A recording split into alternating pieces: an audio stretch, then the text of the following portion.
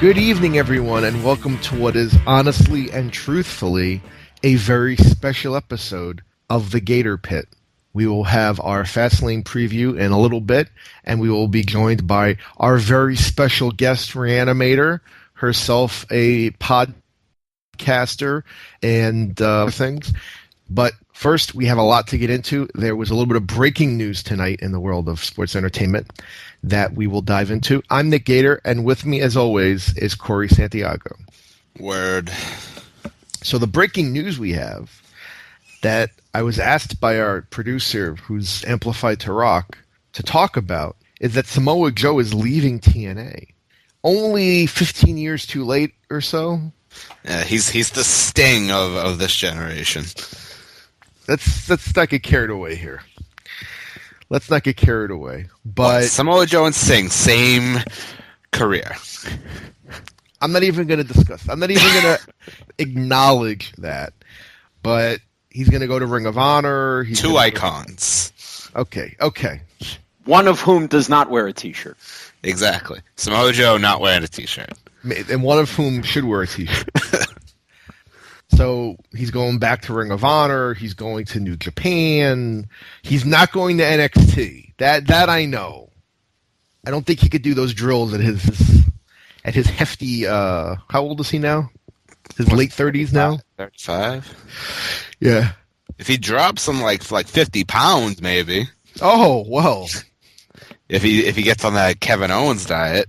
Yeah. If he loses a quick 50, he's good to go. So he's going to go to Ring of Honor. He's going to go to New Japan, but he's not. He's done with TNA. Was there a reason for this that was cited?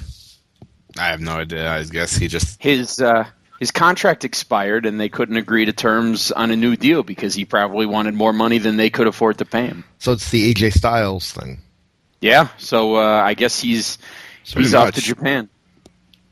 He's taking his talents to Tokyo. Subscribe. Let's go. Bring him. We get gear up for that big Ishii Samoa Joe match. I can't wait. I can't wait for Hanma to pin him. That's what I'm looking forward to. Hanma's not pinning anybody. Come on. I will Let's be. Get real. In my booking, in Gator Wrestling, Hanma's a big winner. Big winner. Well, we wish Samoa Joe all the best in his endeavors. Is he really Samoan? I cannot. I can neither confirm nor deny that he is. Okay, just throw that out there and I get silence. Okay. I mean, look, he's called Samoa Joe, so he should be able to go to WWE and be Joe Uso. Or Joe Fatu. he's gonna help Roman beat Daniel Bryan, and then we can have Daniel Bryan versus Samoa Joe at WrestleMania. Okay. on that note, we're moving forward. Oh, Bull Dempsey works the dark match before SmackDown. Oh, come on. That's terrible. Getting that dark match push. I saw Becky Dean was Ambrose at about those. before SmackDown. Oh, boy. Yeah, Okay. they're doing like meet and greets in the concourse. I'll do some meeting and greeting with some of those. Anyway, so we had our preview for the NXT TakeOver Rival. I think what was it called? Rival? Yeah. Special. And I feel like that was so long ago at this point, but it was just a week ago, right? About a week ago. So we had one person on the show correctly predict that there would be history made as Kevin Owens would walk away with NXT title. So Corey, you were correct in your prediction. Congratulations. Of course I was. You believed in Kevin Owens. Now, Yeah, he told me. this was very interesting. We'll sort of maybe work a little backwards here. The booking was so interesting. They made Kevin Owens look they made him look as strong as possible. As we talk about, we have to make Roman Reigns look strong. We have to make someone look strong. It's become a cliche. But they really made Kevin Owens look stronger. I mean, he beat the hell out of Sami Zayn, and he sort of won by ref stoppage, basically. And when this happened, I really thought that they were going to do the DQ, and it was going to be this is like the beginning of 3 matches, so they're going to start with this DQ and whatever. And when the referee gave him the belt, I thought, wow, I was really surprised. I really was surprised, both in the booking as well as the fact that they let him do that and didn't just go to DQ finish.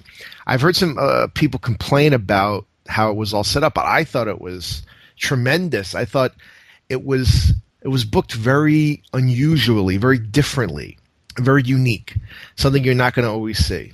And I think that's a good thing. And you take that, and then you take the women's way, and you take Neville versus Baylor. They're all great, and they're all great in different ways and booked different ways, and it gives you the real scope of what's possible. I mean, you can look at those and you can love all of them, but for different reasons, just like you love Italian food for different reasons than you love Mexican food, than you love pizza or whatever. And it was good for your entire palate. So, Corey, what were your thoughts about the Zayn Owens event, and what were some of your general thoughts about the special? I loved the main event. I thought the emotional story that they told, the back and forth, the high spots, the low spots, I thought it was booked to perfection, and the way that they booked Kevin Owens was pretty amazing, because like you said, they made him look like a monster, basically. Like, he went out there and just beat the hell out of Sammy, and to the point where the ref has to stop the match. And I thought that every time near the end when Owens kept going in and the ref was trying to pull him back, that they were going to go the DQ way. And I was like cringing, like, oh, please don't do that. This has been such a good match. Don't have it end that way. And then when you see the doctors telling the ref to stop the match, I thought, all right, they're going to win, but are they going to really change the title that way? Because you rarely will you see, a title change hands that way without a pinfall or a submission. So it was cool that they were able to work that in there and to throw something different, which is always nice. And I don't know. I mean, I went in having a feeling that he was going to win. There was just a bunch of different factors going into it, and it's cool to see that. I mean, just a couple months into his NXT tenure here, and he's already the NXT champion. So 2 months. It was exactly 2 months, right? Yeah. So you got to figure that he's going to play a big part into the future of the company, which is just still insane to think about, that he's going to be a big part, and that he's one of Triple H's guys now, apparently. So. It was awesome. It was a great match between the two, just what I expected, for the two of them to go out there and just try to blow everybody away. And I thought they did a great job at it. Overall, I thought once again they hit a home run overall as a show. I mean, the Neville and Balor match was amazing. This match was amazing, and the fact that they were able to follow Balor and Neville and still keep the crowd into it and keep everybody else's attention on what they were doing and go out there and kill it.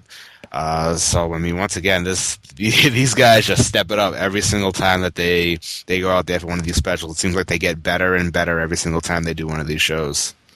Yeah, it's funny how that works. And I think they minimized what was the worst thing on the card, the Dempsey, Baron Corbin. They sort of made it as quick and painless as possible, and I appreciated that. And they gave what we all were tuning in for, they gave them the time. And it's funny because the running gag is that, it's the Divas thing, and that's the pee break. But in NXT, that's just not how it is. Because it's the exact opposite. Yeah, you want to be there for the Divas match, and they really prove themselves. And I think we all felt as though Charlotte had done everything she could with the women's title, and was ready to move on. And I think Sasha Banks winning made the most sense.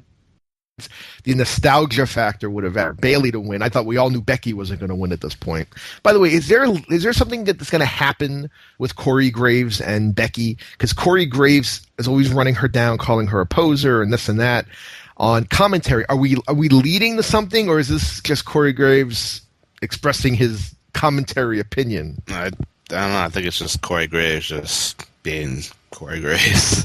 He's not going to show up as her advocate or something? I don't think so. I don't get that feeling, at least. Okay, just throwing it out there. Blake and Murphy retained the tag team titles. Kalisto apparently worked main event tonight, getting that main event push, and not a gay hairstylist yet. So there's something to be said for that, right? Sure. And, what can you say about Balor versus Neville? That was really great stuff, and I think we all agree that if there's anyone who's a can't-miss prospect, it's Finn Balor, even though, they made Kevin Owens look like the Brock Lesnar of NXT. And I heard a couple of people compare Kevin and Brock Lesnar. I heard people wanting to say they wanted to see Kevin Owens face Brock Lesnar. And according to reports, that Brock Lesnar is closer to signing with WWE than he is to going back to MMA. Maybe WrestleMania 32 is Brock Lesnar versus Kevin Owens. I don't want to get you too excited. Yeah, I doubt it. But I just want to put it out there. So NXT Rival, if you haven't seen it yet, on the network, great stuff, highly recommended. I feel like everyone that listens to this show has seen it. Don't you think? We have very sophisticated don't we? I would think if you're a wrestling fan, you've seen it by now. If you're a show, right, if you're a serious wrestling fan, we get more serious wrestling fans, all 7 of them, and of course, serious MMA fans. So this week on Raw, we seemed to be pushing in different directions here, and there's people talking about a Daniel Bryan heel turn. Some of the things he did with Roman, he seemed a little heelish. And then Roman Reigns was signing autographs to distract him in the main event. That part was very weird, I thought. It was very strange, like Daniel Bryan's going to get distracted by Roman Reigns signing autographs. I don't know if I bought that or not. But honestly, what it gave me was that I'm looking forward to seeing them at Fastlane. What I would really like to see is the 2 of them in the main event of WrestleMania without Brock Lesnar. And they had a big pull apart at the end, and it was well done in getting this forward. And we'll get into what we think is going to happen at Fastlane later. But Corey, what were your thoughts on the pull apart between Bryan and Reigns to end Raw? I enjoyed it. I thought that was very well done. They both had their separate matches, and they both tried to distract each other in each of their matches. Then it finally just boiled over, and the 2 of them just went at it. And it was good to see Norman Smiley out there getting some TV time on Monday Night Raw.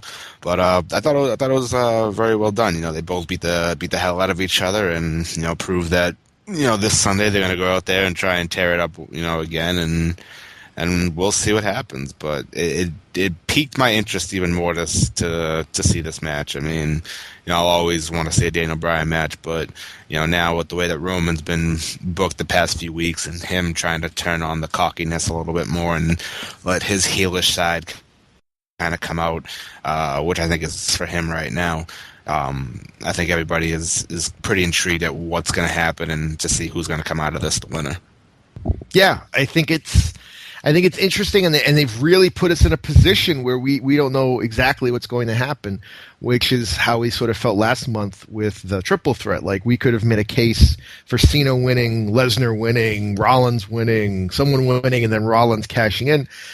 And in the Rumble, they went with what was sort of the favorite, the obvious thing, but going into the Rumble, including that day, there was still speculation about exactly what was going to happen. I don't think anyone could have thought they were going to dump Daniel Bryan after 10 minutes. They were going to dump Dolph Ziggler after 2 minutes and all that other stuff. But they're keeping us guessing, which is a good thing, right?